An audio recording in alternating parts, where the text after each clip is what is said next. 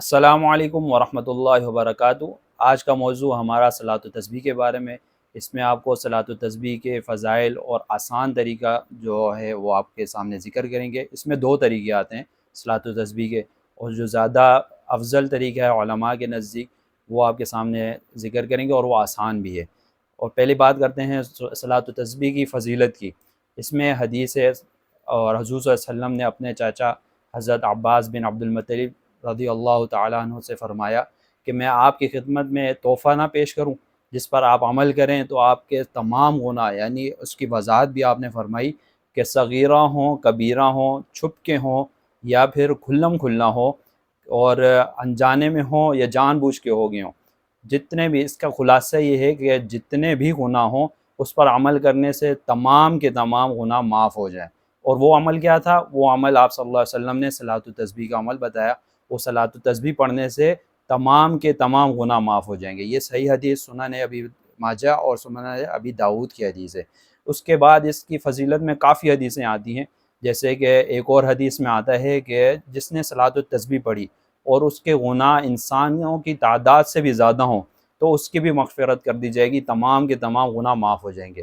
اور اسی طرح ایک اور حدیث میں آتا ہے کہ سمندر کی جھاگ سے بھی زیادہ گناہ ہو تو وہ بھی صلاۃ التسبیح کی پڑھنے کی فضیلت کی وجہ سے سب کے سب معاف ہو جائیں گے، اس کی بھی مغفرت ہو جائے گی۔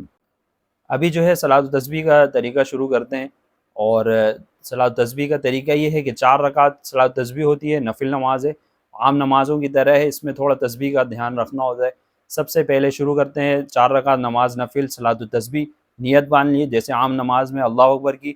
اللہ اکبر کے بعد ثنا پڑھی آپ نے، عام نماز والی ثنا پڑھنے کے بعد 15 مرتبہ تیسرا کلمہ پڑھنا ہے۔ تیسرا کلمہ کہاں تک پڑھنا ہے یہ بھی آپ سن لیں، سبحان اللہ والحمد للہ ولا الہ الا اللہ واللہ اکبر، یہاں تک تیسرا کلمہ پڑھنا ہے ثنا کے بعد 15 بار۔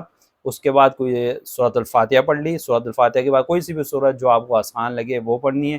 اس کے بعد پھر 10 مرتبہ پھر یہی تیسرا کلمہ کہاں تک پڑھنا ہے، سبحان اللہ والحمد للہ ولا الہ الا اللہ واللہ اکبر، یہ ہو گیا 10 مرتبہ۔ پھر اس کے بعد آپ نے اب رکوع میں جانا ہے جیسے عام نماز میں جاتے ہیں، رکوع میں گئے، رکوع میں تسبیح پڑھنے کے بعد پھر 10 بار تیسرا کلمہ پڑھنا ہے۔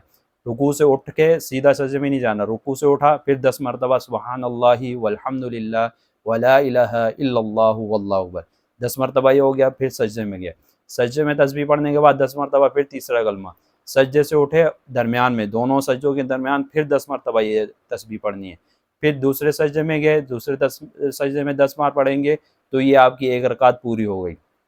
اب ایک رکعت میں 75 بار یہ تسبیح پڑھنی ضروری ہے۔ اب اس کے بعد دوسری رکعت کے لیے اٹھیں گے تو بیچ میں بیٹھنا نہیں ہے، سیدھا ڈائریکٹ جیسے عام نماز میں اٹھتے ہیں ایسے اٹھ کے۔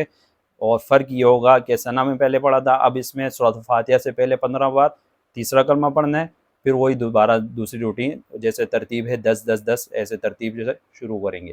اب ایک سوال آتا ہے کہ اب جیسے ابھی نئے نئے ہم نے شروع کیا، عادت نہیں ہے تو بھول جاتے ہیں، جیسے اکثر جو غلطیاں ہوتی ہیں ہماری ثنا کے بعد جو ہے ہم نے 15 بار پہلی میں ہو گئی 15 بار پڑھ لی، اور سورت کے بعد کی ہماری عادت نہیں ہوتی، 10 بار نہیں پڑھی ڈائریکٹ رکوع میں چلے گئے، آپ کیا کریں دوبارہ نماز شروع کریں۔ اگر یہ چوتھی رکعت میں ہوا تو پوری محنت ضائع ہو جائے گی، دوبارہ سے شروع کرنی پڑے گی۔ اس میں آسان حل یہ ہے کہ جیسے آپ کی نماز میں جیسے بھول گیا، آپ مثال کے طور پہ رکوع میں بھول گئے، رکوع میں سیدھا ڈائریکٹ کھڑے ہو گئے 10 بار نہیں پڑھی، اب رکوع سے کھڑے میں یاد آیا آپ کو تو 20 بار پڑھ لیں، وہ رکوع کی بھی ہو جائے گی۔ اب مثال کے رکوع سے اٹھے اور جیسے عادت کے طور پہ سیدھا سجدے میں چلے گئے، سجدے میں بھی نہیں پڑھی، سجدے سے ڈائریکٹ ہو گئے، اب تین تسبیحات جمع ہو گئی یعنی 30 بار پڑھنی، تو 30 بار جس جگہ یاد آئی، سجدے میں یاد آئی دوسرے میں 30 بار پڑھ لیں، سجدے سے اٹھ کے یاد آئی 30 بار پڑھ لیں، یعنی کہیں بھی آپ کو جیسے یاد آئے، جس حالت میں یاد ہے اس ٹائم آپ نے تسبیح پڑھنی ہے، اور 75 تسبیحات ایک رکعت میں پوری کرنی ہے۔ ٹوٹل 4 رکعتوں میں آپ کی ہو جائیں گی 300 تسبیحات۔ یہ ہے صلاۃ التسبیح کا آسان طریقہ۔ اس کے بعد ہے یہ دوسرا جو قاعدہ ہوتا ہے، اس میں عطیات جس میں پڑھی جاتی ہے اس میں تسبیحات نہیں پڑھنی ہے۔ عطیات والی میں عطیات پڑھی، اس کے بعد درود شریف اور دعا پڑھ کے سلام پھیرنا ہے۔ یہ ہو گیا صلاۃ التسبیح کا مکمل طریقہ۔